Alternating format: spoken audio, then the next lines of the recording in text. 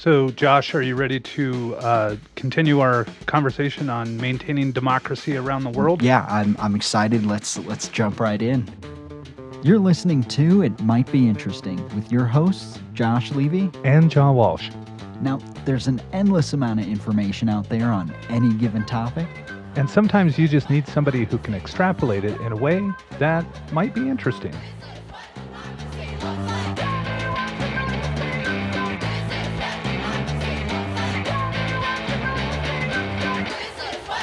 So, Josh, both you and I have read a book this past couple weeks by Stephen Levitsky and Daniel Ziblatt called How Democracies Die.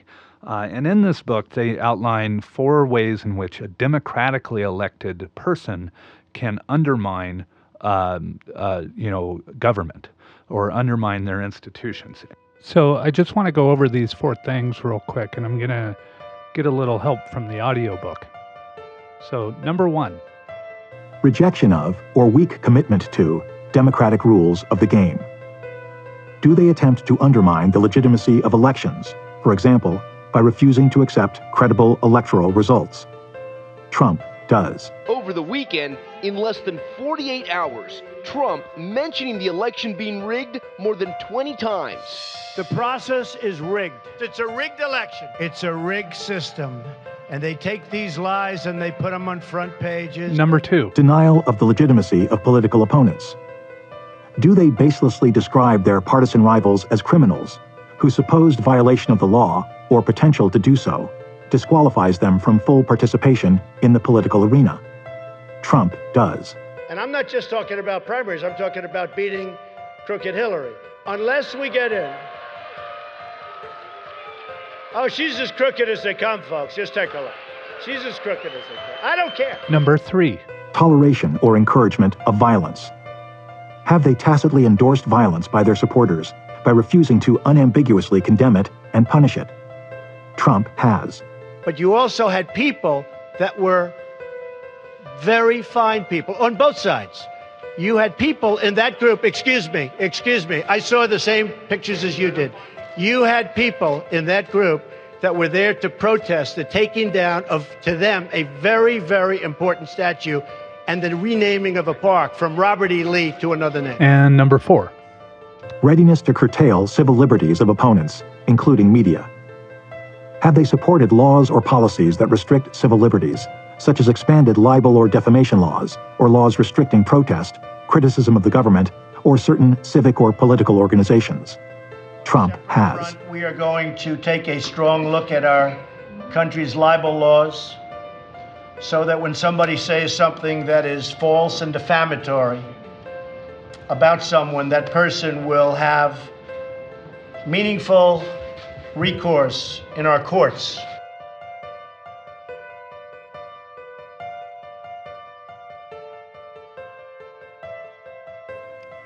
Okay, so one of the things that they're pointing out there is you've got these 4 rules or 4 norms basically that if they are broken down, then you can anticipate a degradation or a deterioration of democracy within that nation. And faith in their, which is tied to, but yeah. Precisely. Right. And in order for those 4 things to happen, they outline in this book, as you recall, that there has to be hyperpolarization. And we're seeing that across the world. We see disinformation being spread via social media. We see a lot of anger, resentment, and just a tear down of the norms. And Trump is exacerbating that. And when you have the largest democracy in the world, the stalwart that every democratic nation looks to, deteriorating their own democracy through these protocols, then that sends a message to these other democratic nations of how they can fail too. One thing I found very interesting about this book is they outline that our Constitution and our democratic values are not really unlike most democracies that have been around the world. We put a lot of value in our Constitution, but it has been used throughout South America as a framework for their democracies. Right. Yet like Venezuela, their constitution was very similar to the United States, and Hugo Chavez was able to go in and just obliterate it. Right. And he did it through violating these four norms, attacking the media incessantly and, rejecting the rules, stacking the courts, things like that are very reminiscent of organizations or groups that are trying to subvert the democracy.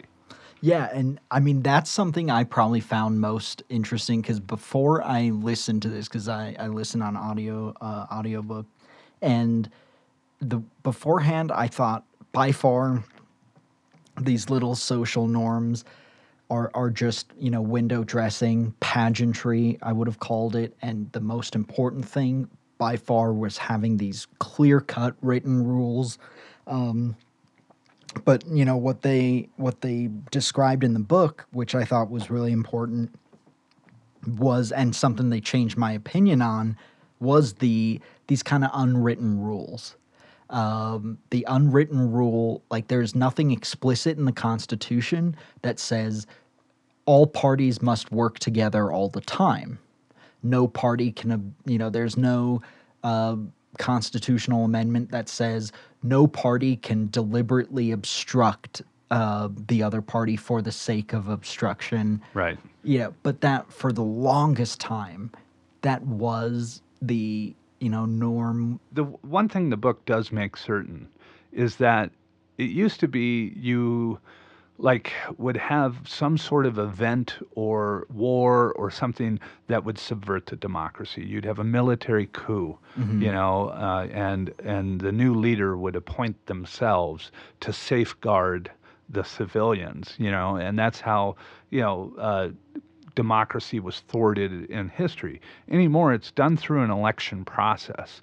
And after the election's over or during the election, the populist is the one that splits the room. And by doing so, they usually cast some sort of some sort of doubt on the election process or the fairness of it, and that starts this or it kind of capitalizes on a hyperpolarization that's already there. And Trump is just a recent example of this. If you look at Mussolini in the 30s, he did the exact same thing, whereas Hitler took over immediately. With the Reichstag fire and all of that. But there were slowly leading up to that democratic norms that were eroding and falling apart. And right now in the United States, we see a lot of democratic norms that used to be in place that are no longer in place. Yeah, and I think, I actually have these kind of mixed feelings on and would like to get your thoughts on it because of course, I don't want some external force that overthrows an entire government to happen. Like even when George W. Bush is in office, or even with Trump in office, I don't want the entire government system to be overthrown, and right? Because that's terrible. But you do have these movements, whether it is Occupy Wall Street or the Tea Party movement, that comes out in force, that does have a pretty clear message, even though they might not have a bullet list of solution or right. something they want legislature. It's pretty clear what they are angry about and everything, and they come out in force. These people who haven't been engaged in politics, it just feel and they're like, we're doing something about it, and it literally nothing comes of it. They get ignored. They're, politicians, the media kind of look down their nose. The media coverage of Occupy Wall Street, yes, it was a very disorganized movement. I don't think college kids showing up in their PJs was the best strategy. Right. But the media just treated them instead of treating it the problem is Wall Street, they just make jokes nonstop about. So people get so angry, this external movement did nothing. They didn't even care. They didn't even get up for re-election and say, you know what? This last term, there was this movement, and I want you to know, I hear you, and that's why I am proposing that. It is as if you really don't matter. later, I do want to touch on the protests and how there is that trend of like people who are liberal and conservative protesting together. And, which started several years ago, is like they were not marching in the streets together. And the divide is not where people think it is, which might give you hope. And, but anyway, like before we go in there later, do you think regarding the leader who gets in office through democratic process and then starts attacking these institutions, do you think part of the problem is like the institutions themselves have failed, and that's why the attacks stick? And the argument is like, yeah, if the media just straighten themselves out, then the attacks wouldn't stick. Or do you think that's not really the right? I think that it depends on what the media is, right? So you have all these independent organizations all trying to generate and sell themselves, right? Newspapers all around the country are dying, and the new media is online, and there's no safeguards or rails to it. Then when you turn on 24-hour networks, all they're trying to do is generate ad revenue. I know we did a series on the media previous, but a lot of my analysis was directed at Fox News. But if you look at CNN, right, they have their hands on the steering wheel at 10 and 2, right? And if they pull towards, counterclockwise, they're going towards, the election.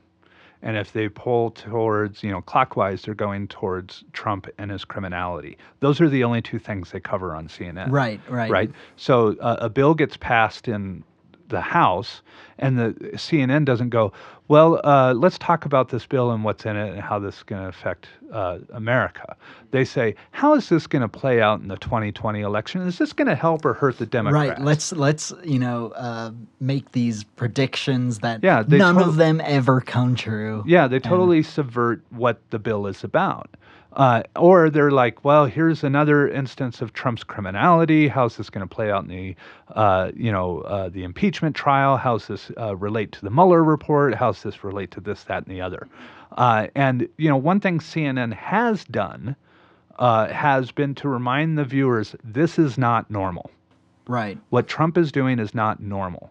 But what they fail to do is to give a detailed analysis of, like, take, for example, the whole Russia investigation.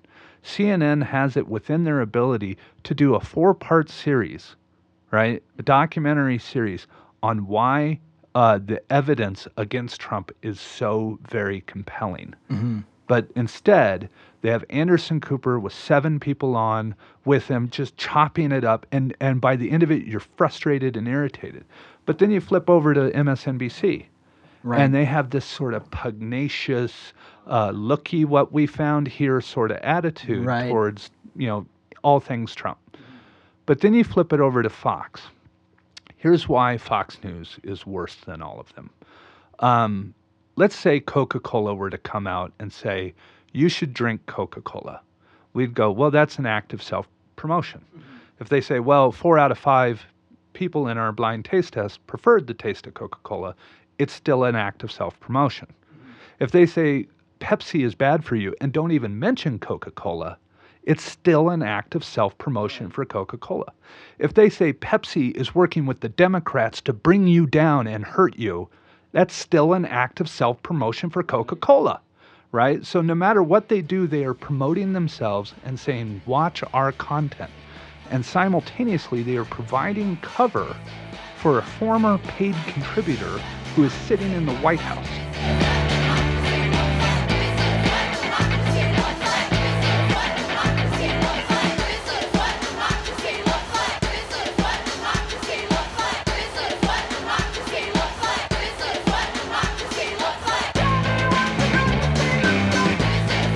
So to understand where the United States is at right now, we have to understand basically the last 35 years or so of American politics. So I want to take you back to 1987. In 1987, Ronald Reagan appointed a guy to the Supreme Court named Robert Bork.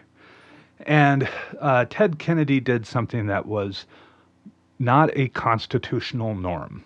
He took to the floor of the Senate and he denounced the nomination in very hyperbolic terms. Is a land in which women would be forced into back alley abortions, blacks would sit at segregated lunch counters, rogue police could break down citizens' doors in midnight raids, and school children could not be taught about evolution. Writers and artists would be censured at the whim of government. And the doors of the federal courts would be shut on the fingers of millions of citizens for whom the judiciary is and is often the only protector of the individual rights that are the heart of our democracy. Oh, that's pretty extreme. Yeah, he was fanning the flames. And sitting in the Senate chamber was a first-term Senate Republican named Mitch McConnell. And he watched this unfold and was livid and wanted revenge. And because the nomination was not successful. The nomination went through the confirmation hearing, and Robert Bork was denied the Supreme Court. Because of this. Because of this maneuver. Then in 1992, a senator named Joe Biden took to the floor of the Senate and proposed a movement that, not legislation, but, a rule to the Senate wherein if it's an election year, we should wait to appoint a nominee to the Supreme Court until the election is over. Now, you have to understand, not until the next president is sworn in, but until the election is over. So if the election's on November 2nd, we confirm on November 3rd. Right, and the term, not just for this, but the term in general for this, like, late-term president, that's like the lame duck. Yeah, and his reasoning behind it can be argued whether or not it's constitutional either way. His reasoning was if a Supreme Court justice dies or retires during a political, a presidential election, it should give neither side of the aisle the advantage or disadvantage to appoint someone and use it as a political prop during the election process. The motion failed. It was not adopted. And 30 years later, it was used to justify stealing a Supreme Court pick. But we have to keep looking, in the 90s. The next thing to happen was a House member took over by the name of Newt Gingrich. Oh, I think we've heard of him. Yeah. And his scorched earth tactics are what brought about the Tea Party. He was a firebrand who didn't describe, my political opponents, blah, blah, blah. He described liberals as the enemy, that they're taking over, and we are fighting back. And he would go down to the floor of the House and he'd give these big speeches at 8 o'clock at night when the chamber was empty. And you would think he was speaking to the whole House of Representatives, right? And it was during prime time.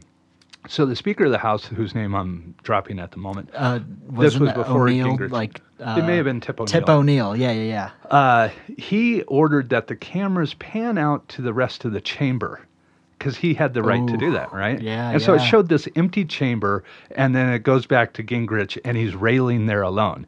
Well, that didn't play out well. Oh, I can imagine. And Gingrich was pissed off. And so when he became Speaker, he had one objective, and that was stop Clinton at all costs. This may sound familiar, right?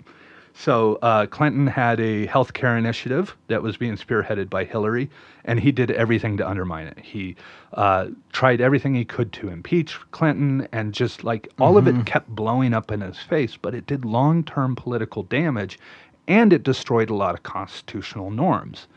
And then in 2000, we had an election between Al Gore and George Bush. And Al Gore lost that election. And it wasn't because of Florida. Right. Or it wasn't because of Ralph Nader. Right. Al Gore lost 12 states that Clinton carried in 1996. Had he picked up one of them, had he won any of those, Florida wouldn't have mattered. So I last week, and this is why elections are important. Last week I was sitting down and I was thinking about some things of George W. Bush. I wrote down I just started typing a few things that we never would have heard of, and it ended up being 28 things long. So bear with me here. The war in Iraq, the Patriot Act, Iraq's WMD program, No Child Left Behind, the Bush tax cuts, Social Security privatization, the Department of Homeland Security, the TSA, domestic surveillance, Yellow Cake, extraordinary rendition, Guantanamo Bay, warrantless wiretaps, Valerie Plame Wilson, Abu Ghraib, waterboarding, enhanced interrogation techniques, war on terror, Dick Cheney, Halliburton, Blackwater, IEDs, torture tapes, Scooter Libby, Walter Reed hospital scandal, housing market collapse, financial crisis, bailouts. This is what democracy looks like.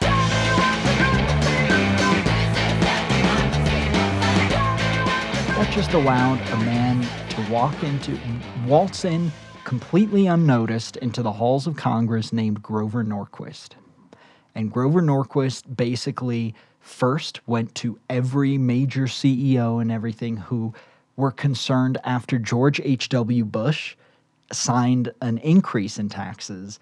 They were furious. CEOs were furious. They felt like the Democrats and Republicans don't represent us billionaires. So what Grover Norquist does is he goes to them first and he says, look, if you give your money to me and my super PACs, I will be that guardrail for you. So I will go to the Republicans and say, sign this pledge saying you will not raise taxes a dime. In fact, this pledge says you will, at any opportunity it's brought up, you guarantee you will vote yes for a tax cut on these, rich CEOs. And only then will we give you any of this campaign money. Otherwise, we will pour all this money.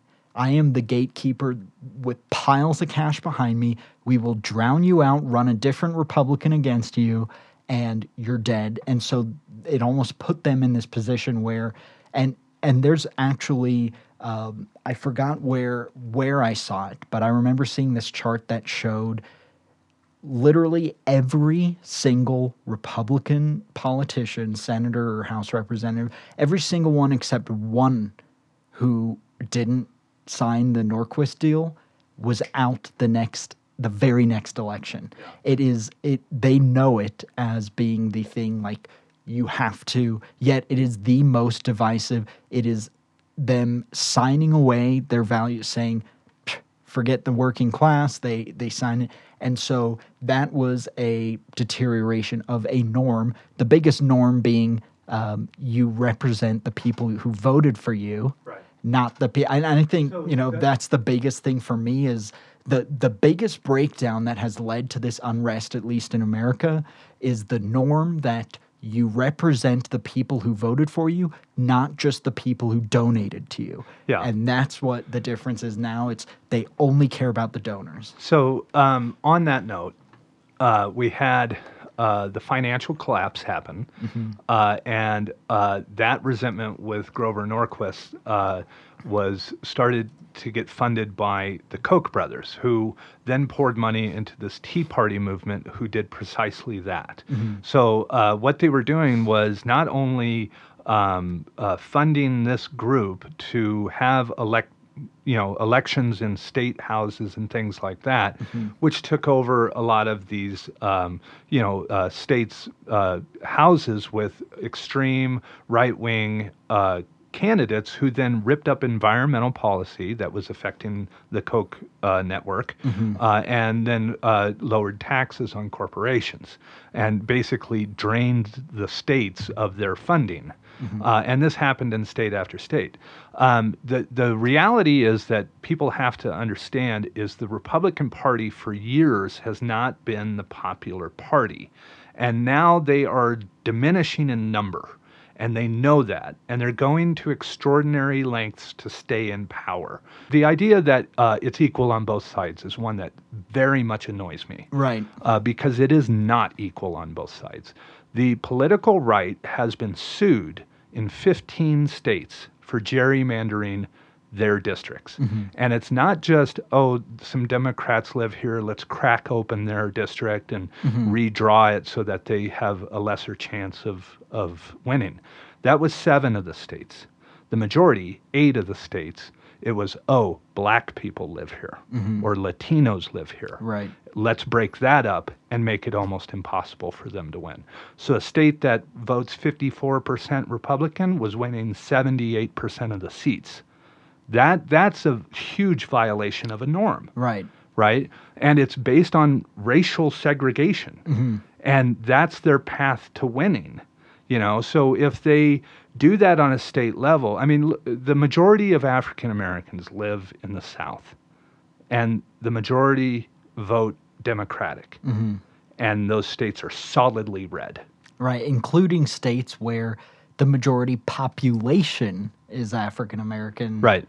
That to me is crazy. And keep in mind when these, I want every listener, like, keep in mind almost every time these are contested, even in deep red states with highly conservative judges, the gerrymandering is so blatant and outrageous, and I mean, it is so unbelievable and unacceptable that even these highly conservative judges, who it would be in their advantage if they allowed, you know, technically it would be politically advantageous. So I'm not saying like they should be or they are racist or whatever, you know, it would just be a politically smart move or tactical move, whatever you want to say. Even they are like, wow, this is absolutely unacceptable. Right. Well, what's happening is they're getting sued and they're winning, or not they, the people that are suing are winning. And then their Supreme Court in that state, the state Supreme Court, is saying that they have to redraw the map. And the way they do that is they say, we're going to have a bipartisan panel that reviews it. So 3 Democrats, 3 Republicans, 3 independents. And if they agree that it's fair, then that map will be implemented. And that happened in Louisiana, who now has a Democratic governor. It happened in Kentucky, who now has a Democratic governor. And it happened in Florida and Virginia. Virginia got a Democratic governor, and then a year later, it got a Democratic House for the first time in 27 years.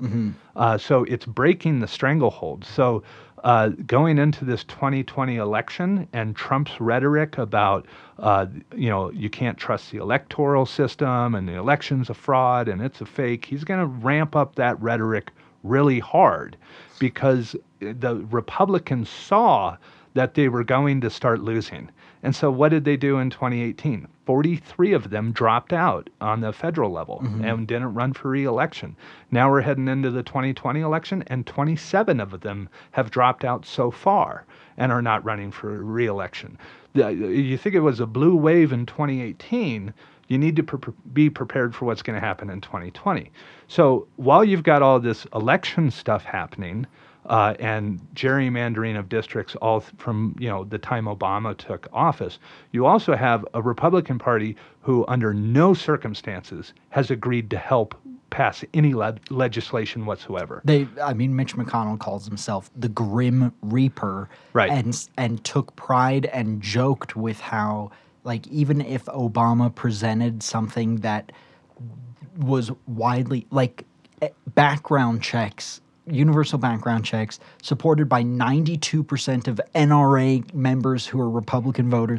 That's all he said. Let's get universal background checks. Nope, completely blocked. So Obama came to them with the infrastructure plan that the Republicans were pushing during Bush's years. And they said, we're not voting for that.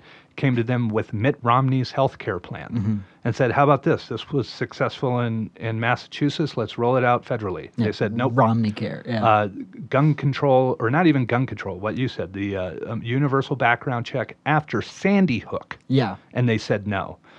Immigration reform was the Republicans' idea. Right. And they came to Obama and said, let's do this. And he said, great, let's work together. And they said, no, you're going to give illegals free education and health care. And also another one that's very important is the crime bill and reform for prison systems. That was something that was okay, maybe Obama himself should have brought front and center more frequently than he did. But that was something that was brought forth a bunch of times, was blocked a bunch of times. And, you know, Trump got elected. They brought it to Trump too. Like Van Jones was one of the leaders on it, and he went to Trump. He's like, you know, these guys are sitting in prison for having a joint on them. I don't care who's in office. Like, we got to get this signed. Immediately, the Republicans sign it, and also which is good. Like, it's good that this bipartisan bill was passed. The one problem is the Republicans know, and they even joked about how now they are going to use it as ammunition, saying, oh, look, you know, they call us racist, they call us whatever. You know, when they were in power, they just kept black people in prison. But Trump gets elected, and look what he did for you. And it's their way of trying to siphon off the African-American vote. Yeah, and they learned that lesson with Clinton. The reason why they do this little maneuver is the two things that Clinton passed that he's kind of most known for was welfare reform and a balanced budget, both of which were Newt Gingrich's idea. Gingrich got it passed through the House, and he put it on, and they weren't great bills, right? Right. They weren't, and you know, he puts it on Clinton's desk, and the welfare reform one was during the '96 election. And he didn't want to hand ammunition to Bob Dole, so he signed it in the middle of the night. Gingrich was not expecting it. And then Clinton got credit for it, and it pissed off Gingrich. Right. And he's like, I'm the one that passed it. But anyway, there's a few other areas in which they have refused to give any sort of help. And one of them is really egregious, and that's climate change. Right. You know, they just, under no circumstances, and they're sitting there watching Trump just rip up the EPA. And that's another area where it's just not equal on both sides. And then the intelligence community and the Obama administration pulled all of the senior members of Congress into the White House and briefed them that the Russians were attacking us. And McConnell went, you're being partisan. You're doing that because you're afraid that Trump might win. And at the same time, he's blocking a Supreme Court nomination of Obama's and blaming Biden for it. Oh, the Biden rule, which wasn't a rule. It was a motion that didn't pass. And he's blaming the vice president for a Supreme Court nomination he's not going to put through while the Russians are attacking us. And while the intelligence community is telling him that guy is giving unsolicited praise and mimicking Russian propaganda. And McConnell said, we're not going to help. They're not going to help with the investigation. They're not going to help with the Mueller report. They're not going to help with the impeachment. So the idea that it's equal on both sides is a fictitious narrative of right-wing media. It is not equal on both sides. It is not a tit for tat. This is a power grab, and we need to call it that. Right.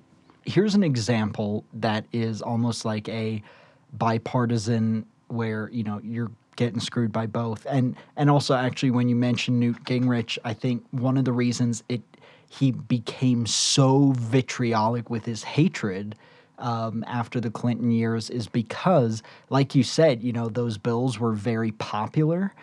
If you remember, Newt Gingrich ran for president for the year 2000, and the insiders say, like, he believes if he got even 1% credit for either of those bills, because he actually didn't just work with Clinton, and they weren't just his idea. Republicans didn't want to vote for it. He had to fight his own party to get enough votes. I think it was 2 years ago, the Joint Chiefs of Staff and a handful of other generals, military leaders, met with met with the president and several members of leaders in Congress. And they went in front of 20, 30, this committee before they were about to pass the budget. And the budget was including a huge military budget and everything. And they went there. Nobody could give a better assessment of what's needed or not needed. These were the experts. They sat down in front of these congressional members and said, here's a list for you. You're, budgeted for a base to be built here. don't. We don't need it. We don't want it. It's making our job harder. It's not necessary. And it's one more thing for us to, staff, to have troops to pay attention to. And the more time we spend on this, the less time we're spending on this base that is critical. Don't do it. Here's another program for these tanks that aren't used. Don't do that. We don't need it. We don't want it. This is making it harder for us. You are actually putting more of a burden. When you talk about expanding military, building it, if it's done properly, that's one thing. If China becomes an increased threat, then yes, we want to expand military in some ways. But they said no, you are putting more weight on us. Just a couple weeks later, not a dime was cut. Right. And I believe Congress, they increased funding Yeah. for those. One of the things that the book, How Democracies Die, pointed out was that autocrats use the institutions of government for political retribution. And they outline three things that they typically do. They pack and weaponize the courts. They buy off the media. Or bully them into submission. And they rewrite the rules to punish their opponents in elections. So gerrymandering would be an example of that. Fox News, as we pointed out, is basically a mouthpiece for the Republican Party. Right. And Mitch McConnell, as Senate Majority Leader, blocked 70 some odd Obama appointments to federal courts. Oh, yeah, it was And then- pretty egregious. And then on top of that, a Supreme Court pick. And then when Trump became president, he ramrodded through 130 of them.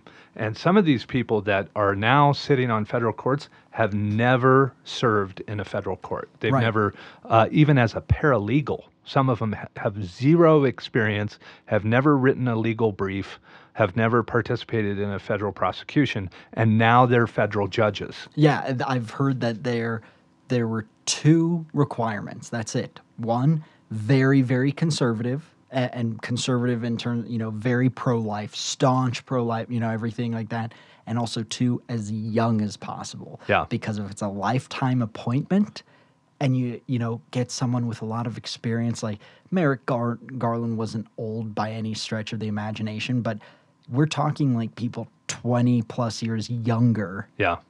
because they wanted to pack the courts with people who will control government for decades and decades and decades. The other thing that that McConnell did was he changed the number of votes in the Senate required to confirm a Supreme Court or federal judge. It used to be 60, now it's 51. So he didn't need a supermajority or even consensus from the other side. He just needed a majority. And he got everybody in lockstep behind him, and he just started blocking judges over and over again. He blocked more judges of Barack Obama's than all blocks of judges prior to Obama put together, and then put through as many judges as possible. So that to me is a fundamental breakdown of constitutional norms that are almost all entirely situated on the political right. Yes, Harry Reid blocked 10 or 12 of George W. Bush's, and it had been unheard of before then. Yeah, he was no saint. But to multiply that by 7 under McConnell and Obama's years, and then just flooding the court with underqualified people. We're going to be hearing about these rulings of these judges in various states, in various districts, in various appellate courts and appeals courts that are the ruling will be so insanely idiotic for the next 40 years. And it is entirely a retribution act over the Ted Kennedy Robert Bork Act. So McConnell is essentially avenging his party for a dead senator appointing a now dead Supreme Court judge. So, listeners, we're going to be taking a bit of a break. We'll be back with season 3. We're hoping by about April 6th or so, we'll have our latest episode. I'm going to be out doing stuff, and so are you, right, Josh? Yep, I'm going on a couple business trips out of town, and so We unfortunately won't be recording for a couple weeks or a few weeks, so we're going to return in April. We're looking forward to it. We got some really, really good topics that we're excited to bring to you. You've been listening to It Might Be Interesting. Please join us next time. And we'd love to hear any thoughts, questions, feedback, and even episode suggestions you might have. So if you do have any, please send it over to thoughts@itmightbeinteresting.com. And you can also check out our other episodes at itmightbeinteresting.com. The music for the last 2 episodes was provided by the band The Labor. Full disclosure, I'm a member of the band. You can check out our new album on iTunes or Spotify. The Labor, Low Budget. Here's our latest release,